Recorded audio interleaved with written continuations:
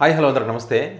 టాపిక్లోకి వెళ్ళడానికి ముందు నాదో రిక్వెస్ట్, వీడియోని చూసిన తర్వాత ఖచ్చితంగా షేర్ చేయండి. నేను ఛానల్ సబ్స్క్రైబ్ చేసుకోమని చెప్పట్లే, వీడియో షేర్ చేయమంటున్నా. ఎందుకంటే ఆ వీడియో షేర్ అవ్వాలి, ప్రజలకు చేరువ అవ్వాలి, నిజం తెలియాలి. అది ఆ ప్రయత్నంలో భాగంగానే రిక్వెస్ట్ చేస్తా ఉన్నా. సో కాబట్టి ఖచ్చితంగా షేర్ చేయండి. టాపిక్ ఏంటంటే టీడీపీ లీడర్ పట్టాభి గారు మాట్లాడినటువంటి మాటలు, అదేవిధంగా మంత్రి పార్థసారథి, కొలుసు పార్థసారథి గారు మాట్లాడినటువంటి రెండు మాటలు. ఈ రెండు మాటల మధ్య చాలా వ్యత్యాసం ఉంది.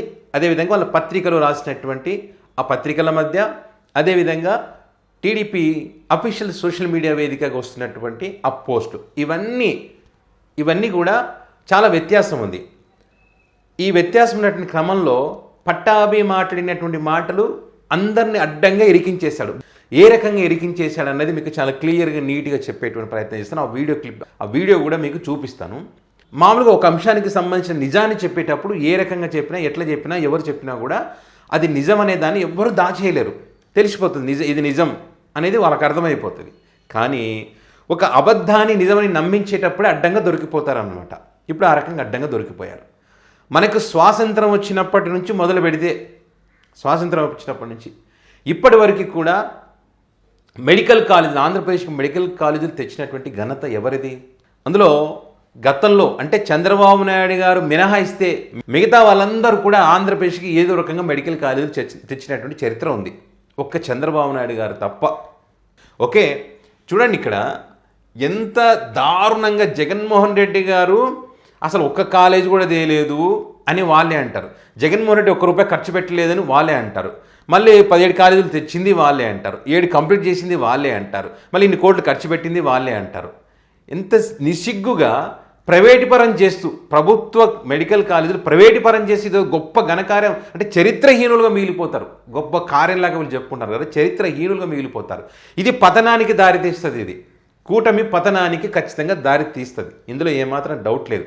విద్యా వైద్యం అనేటువంటిది సామాన్యులకు అందుబాటులో ఉంచాల్సిన బాధ్యత కూడా ప్రభుత్వానిదే. ఈ విద్యని కానీ వైద్యాన్ని కానీ ప్రైవేటు పరం ఎట్టి పరిస్థితుల్లో చేయకూడదు. అది ఎంత భారమైనా సరే ఆ ప్రభుత్వాలు భరించి తీరాలి. మేము భరించాం, ప్రైవేటు పరం చేస్తాం, ప్రజలకు భారం చేస్తాం, వాళ్ళ నెత్తిన భారం వేస్తామంటే మీ నెత్తిన బండేసే రోజు వస్తుంది ఖచ్చితంగా. ఇప్పటికే మెడికల్ కాలేజీలకు సంబంధించి నానా అవస్థలు పడుతూ కోట్లు సీటు కొనాలంటే కోట్ల రూపాయలు అవుతుంది.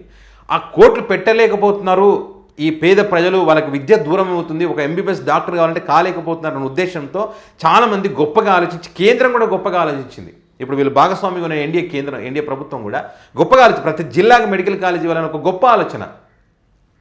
అంత గొప్ప ఆలోచనను సిగ్గు లేకుండా ఇది చారిటబుల్ ట్రస్టు, ఇది ఉంటుంది, లాభాపేక్ష ఉండదు, ఏముండదని ఏ రకంగా మాట్లాడతారో నాకు అర్థం కాదు. ప్రభుత్వ మెడికల్ కాలేజ్ ప్రైవేట్ పరం చేసి లాభాపేక్ష ఉండదు, ఏముండదంటే ఎవడైనా సరే ఇప్పుడు తీసుకుంటున్నప్పుడు లాభం లేకుండా ఎవరైనా చేస్తారా? చేయరు కదా. వీళ్ళు మాటలు అట్లా ఉన్నాయి. ఒకసారి చూడండి, తెలియాలి, జనాలకు నిజాలు తెలియాలి.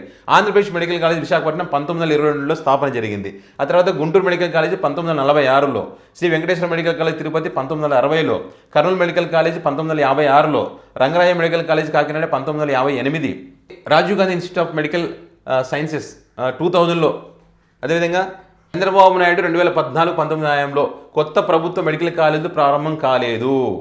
ఎక్కడ కూడా ఈ న్యాయంలో ఒక కాలేజ్ కూడా రాలేదు. గతంలో ఉన్నటువంటి ముఖ్యమంత్రులు తెచ్చారు కానీ ఈ న్యాయంలో కాలేజ్ వచ్చింది లేదు. వైఎస్ జగన్మోహన్ రెడ్డి వచ్చిన తర్వాత మొత్తం 17 కాలేజీలు తెచ్చారు. 2020-23లో ప్రారంభించేటువంటి కాలేజీలు అనకాపల్లి, పార్వతీపురము, మన్యం జిల్లాలో కూడా పిడుగురాళ్ళ, మచిలీపట్నం, ఏలూరు, నంద్యాల, మార్కాపురం, కృష్ణా జిల్లా, భీమవరం, పాలకొల్లు, తాడేపల్లిగూడెం, కదిరి, పెనుకొండ, అమలాపురం, పులివెందుల, జంగారెడ్డిగూడెం, రాజంపేట. వీటిలో కొన్నింటికి తరగతులు 2023లోనే ప్రారంభమై సెప్టెంబర్ మాసంలో. దీంతో ఏపీలో ప్రభుత్వ మెడికల్ కాలేజ్ సంఖ్య భారీగా పెరిగింది. ఓకే, మొత్తం అంటే 2024 నాటికి పరిస్థితి ఏంటంటే విభజనకు ముందు ఉన్నవి పాతవి 11, జగన్హయాంలో వచ్చినవి 17, అంటే మొత్తం ప్రభుత్వ మెడికల్ కాలేజీలు 28. ఇది వాస్తవ పరిస్థితి. స్వతంత్రం వచ్చిన తర్వాత అంత భారీ స్థాయిలో మెడికల్ కాలేజీలు తీసుకొచ్చినటువంటి ఘనత వైఎస్ జగన్మోహన్ రెడ్డి గారిది. ఓకే, ఇది ఢిల్లీ మెడలు వంచి, వీళ్ళు మెడలు వంచితే వచ్చినటువంటి ఆంధ్రప్రదేశ్ ప్రజల కోసం చేసినటువంటి గొప్ప కార్యక్రమం ఈ మెడికల్ కాలేజ్ స్థాపించడం. ఓకే, ఒకసారి వాళ్ళు మాట్లాడినటువంటి మాటలు కూడా వినండి. మీరు ముఖ్యమంత్రిగా ఉన్నటువంటి 5 సంవత్సరాల కాలంలో మెడికల్ కాలేజీలకు సంబంధించి మాట్లాడుకుంటే మీరు తీసుకొచ్చింది కేవలం 5 కళాశాలలు. అదేవిధంగా 2019-24 మధ్య అప్పటి ప్రభుత్వంలో 17 medical colleges with hospitals 17 medical colleges with hospitals. ఈ పార్టీ మీరు సరిగ్గా ప్లానింగ్ చేసుకోలేదా? మీరు గ్రౌండ్ చేసింది కేవలం 5 కళాశాలలు, అవి కూడా అసంపూర్తిగా. మరి ఆనాటి ప్రభుత్వంలో 7 మాత్రమే పూర్తి చేసి కొన్ని చిన్న చిన్న ఇబ్బందులు ఉన్నా కూడా పూర్తి చేయడం జరిగింది. ఈ పార్టీ మీరు సరిగ్గా ప్లానింగ్ చేసుకోలేదా? అయ్యా జగన్మోహన్ రెడ్డి గారు, మీరు ముఖ్యమంత్రిగా ఉన్నటువంటి 5 సంవత్సరాల కాలంలో మెడికల్ కాలేజీలకు సంబంధించి మాట్లాడుకుంటే మీరు ఇది పట్టాభి గారు ఏమంటారు, 5 మెడికల్ కాలేజీలు అసంపూర్తిగా వదిలేశారంటారు. మంత్రి పార్థసారథి గారు ఏమంటారు, 7 కాలేజీలు కంప్లీట్ చేశారని అంటున్నారు. ఓకే, వీళ్ళ పత్రికలు ఏమంటాయి, అసలు మొత్తం తెచ్చింది చంద్రబాబు నాయుడే అంటారు. మెడికల్ కాలేజీలు మొత్తం తెచ్చింది చంద్రబాబు నాయుడే అంటారు. ఎట్లా రాయబుద్ధి ఎత్తేది, ఎట్లా అబద్ధాలు చెప్పబుద్ధి ఎత్తేది? ఇంకో ట్విస్ట్ తెలుసా, ఆ పత్రికల్లో జగన్మోహన్ రెడ్డి ₹1 కూడా ఖర్చు పెట్టలేదంటే మళ్ళీ పట్టాభి గారే చెప్పారు 2000 కోట్లకు పైగా ఖర్చు పెట్టారని చెప్పి పట్టాభి గారే చెప్తా ఉన్నారు. అన్నీ వాళ్ళే మాట్లాడతారు. ఎందుకంటే అబద్ధం చెప్పేటప్పుడు ఏం మాట్లాడతారో తెలియదు, ఏదో ఒకటి మాట్లాడి అడ్డంగా దొరికిపోతారు. ఇప్పుడు ఈయన మాట్లాడినటువంటి మాటల వల్ల మేమేమో నానా కష్టాల పడి జగన్మోహన్ రెడ్డి మెడికల్ కాలేజీలు తెలియదు, ఇది ఏమంటారు కేంద్రం ఇచ్చినటువంటి మెడికల్ కాలేజీలు ఇవి, ₹1 ఖర్చు పెట్టలేదని మేము చెప్తుంటే మళ్ళీ నువ్వు వచ్చేందయ్యా 2000 కోట్లు ఖర్చు పెట్టినారా అని చెప్తావు అని చెప్పి వాళ్ళు ఏకోలేకో పీకోలేక చేస్తూ ఉన్నారు. సో ఈ రకంగా వాళ్ళ మధ్య సమన్వయ లోపం లేక అబద్ధాలు చెప్పడం వల్ల ఈ అన్ని చూసి నేటిజన్లు ఏకిపారేస్తూ ఉన్నారు. ఇవన్నీ పోస్ట్ చేసి సోషల్ మీడియా వేదికగా పెడుతూ ఇదేమి చిత్రంలో నాయన అని ఏకిపారేస్తూ ఉన్నారు. ఒక కనీసం కూర్చొని మాట్లాడుకొని ఏం అబద్ధం చెప్పాలో మాట్లాడుకున్న తర్వాత మీరు ప్రెస్ మీట్ పెట్టి చెప్పండి. ఈ రకంగా చెప్పి ఎందుకు అడ్డంగా దొరికిపోతారు? మీరు అవునన్నా కాదన్నా 17 మెడికల్ కాలేజీలు జగన్మోహన్ రెడ్డి తీసుకొచ్చిన మాట వాస్తవం. 7 కంప్లీట్ అయినాయి. సీట్ల భర్తీ కూడా జరిగింది. కొన్ని కాలేజీలో మీరు పులివెందులకు సంబంధించి సీట్లు వద్దని చంద్రబాబు నాయుడు గారు కేంద్రానికి లేఖ రాష్ట్ర మాట వాస్తవం. ఇవన్నీ ఎవడు కాదనలేడు. ఇప్పుడు ఈ ప్రభుత్వ మెడికల్ కాలేజీ ప్రైవేటు పరం చేస్తున్నారంటేనే ఎవరు మోసం చేస్తున్నారని ఇక్కడ క్లియర్గా అర్థమవుతుంది. దీన్ని కప్పిపుచ్చుకోవడానికి మీరు చేసినటువంటి ప్రయత్నంలో భాగంగా అడ్డంగా దొరికిపోయారని చెప్పి దుమ్మెత్తిపోస్తా ఉన్నారు. ఏ సాక్ష్యాలు ఇంతకన్నా ఏం కావాలి చెప్పండి? కేంద్ర ప్రభుత్వం ఇచ్చింది, కేంద్ర ప్రభుత్వం దగ్గర తీసుకురావడమే గొప్పతనం. మీరు తెస్తేనేమో మేము సాధించామంటారు. విశాఖ స్టీల్ ప్లాంట్కి 11,400 కోట్లు తెచ్చినామని చెప్పి మామూలుగా కాదు. అసలు ఇక్కడ ప్రభుత్వం సింగిల్గా జగన్ గారు సింగిల్గా గెలిచి మళ్ళీ బీజేపీతో పొత్తు లేకపోయినప్పటికీ కూడా 13 జిల్లాలను 23 జిల్లాలుగా చేసి మరి జిల్లాకు ఒక మెడికల్ కాలేజ్ సాధించాలన్న ఉద్దేశంతో ఏ ముఖ్యమంత్రి చేయనటువంటిది 17 మెడికల్ కాలేజ్ తీసుకొస్తే ఇది కూడా మొత్తం ఎవరిస్తారు? 60% వాళ్ళు, 40% ఏపీ రాష్ట్ర ప్రభుత్వం భరించాలి. ఈ భూములని ఎవరివి? ఏపీలో ఉన్నటువంటి భూములు ఎవరివి? ప్రభుత్వమే, రాష్ట్ర ప్రభుత్వమే కదా. మొత్తం కేంద్రమే ఇచ్చింది, జగన్ ఇవ్వలేదని ఎట్లా చెప్తారు? కేంద్రం కూడా ఏ రకంగా ఇస్తుంది? రాష్ట్రం నుంచి పోయినటువంటి ట్యాక్స్లనే మనకు తిరిగి ఇస్తారు. మీరు తెస్తేనేమో గొప్ప, వీళ్ళు తెస్తేనేమో జగన్ ఏమన్నా సొమ్ము వాళ్ళు ఇచ్చారు కదా అని మన డైలాగులు కొడతారు. ఇప్పుడు ఏంటి, ఆ మిగతా కాలేజీలకు 8,000 కోట్ల రూపాయలు ఖర్చు పెట్టలేక మరి విజనరీ కలిగినటువంటి లీడరు 3 కలిసి ఉన్నారు.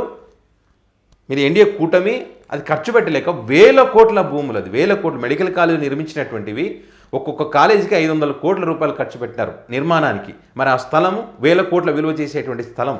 మరి ఈ భూములన్నీ ప్రైవేటు పరం చేస్తలేరా? అది సంవత్సరానికి ₹100 లీజు చొప్పున. ఇది మోసం కాదా? ఇది గొప్ప కార్యక్రమమా? దీన్ని కవర్ చేసుకోవడానికి మళ్ళీ పని చేసిన తిడతారా? మీరు ఏదైనా ఉంటే మీరు చెప్పండి, మా పాలసీ ఇది, ఈ రకంగా పోతే ప్రజలకు ఈ రకంగా మేలు జరుగుతుందని ఇంకోటి చెప్పండి. చేసిన వాడిని చేయలేదని అబద్ధం చెప్తే ప్రజల పిచ్చోళ్ళు ఏం కాదు కదా. అందుకే మిమ్మల్ని ఏకిపారేస్తూ ఉన్నారు. మేమేం చేయలేదు, మొత్తం జగన్మోహన్ రెడ్డి 17 మెడికల్ కాలేజీలు తెచ్చారని చెప్పి కూడా మీరే చెప్తా ఉన్నారు కదా. ఇవన్నీ సాక్ష్యాలు కదా. అంటే ప్రైవేట్ పరం చేసినప్పుడు ఖచ్చితంగా సామాన్యుడి నెత్తిన భారం పడుతుంది. ఇప్పుడు ప్రభుత్వ స్కూల్కి వెళ్తాడన్నప్పుడు సింపుల్గా చెప్పాలంటే ప్రభుత్వ స్కూల్కి పోతే ఏముంది, వాళ్ళే భోజనం పెడతారు, వాళ్ళే డ్రెస్సులు ఇస్తారు, వాళ్ళే బుక్స్ ఇస్తారు, వాళ్ళే షూ ఇస్తారు, అన్నీ వాళ్ళే, ప్రభుత్వమే భరిస్తుంది. నువ్వు అదే ప్రైవేట్ స్కూల్కి పోతే నీకు ఐడి కార్డు ఇవ్వాలన్నా కూడా ₹300 తీసుకుంటాడు. ఐడి కార్డుకి ₹50 ఖర్చు అయితే 300 తీసుకుంటాడు. బెల్ట్కి, పుస్తకాలకి, టైకి, అటు యూనిఫామ్కి మొత్తం వాడే, బయట కొననీయడాడు. బ్యాగ్ కూడా వాడిదే, మొత్తం ఆ స్కూల్కి సంబంధించిన బ్యాగ్ దాన్ని ప్రింట్ వేసి ఉంటుంది. అంత భారం అయిపోతుంది ప్రైవేట్ పాఠశాలలో చదవాలంటే. ఏమనంటే నాణ్యత ఉంటుంది, విద్యా ప్రమాణాలు పాటిస్తారంటే ప్రభుత్వ స్కూళ్ళలో పాటించండి, తీసుకురండి. విప్లవాత్మకమైనటువంటి మార్పులు తీసుకురావాల్సిన బాధ్యత ఉంటుంది విద్యలో కానీ వైద్యంలో కానీ. ఆ రెండింటిని ప్రైవేట్ పరం చేసి మేము గొప్ప చేసామంటే ఇంక ఇంతకన్నా దారుణం ఏం ఉండదు. సో ఏదేమైనా కూడా పట్టాభి గారు మాట్లాడినటువంటి మాటలు, అదేవిధంగా పార్థసారథి గారు వాళ్ళ పత్రికలు ఇవన్నీ మిక్స్ చేస్తూ ఇవన్నీ కలుపుతూ ఇది వీళ్ళ చరిత్ర అని చెప్పి ప్రజలే మాట్లాడుతూ ఉన్నారు. సోషల్ మీడియా వేదికగా ఈ రకంగా చూడండి, ఏ రకంగా పెడతా ఉన్నారు. ఇది పరిస్థితి. సో దీనికి సంబంధించి మీ అభిప్రాయాన్ని కామెంట్ రూపంలో పెట్టండి. ఖచ్చితంగా ఇది నిజం ప్రజలకు తెలియాలంటే, ఏపీ బాగుపడాలన్న ఆలోచన ఉన్న వాళ్ళు ఖచ్చితంగా వీడియోని షేర్ చేయండి.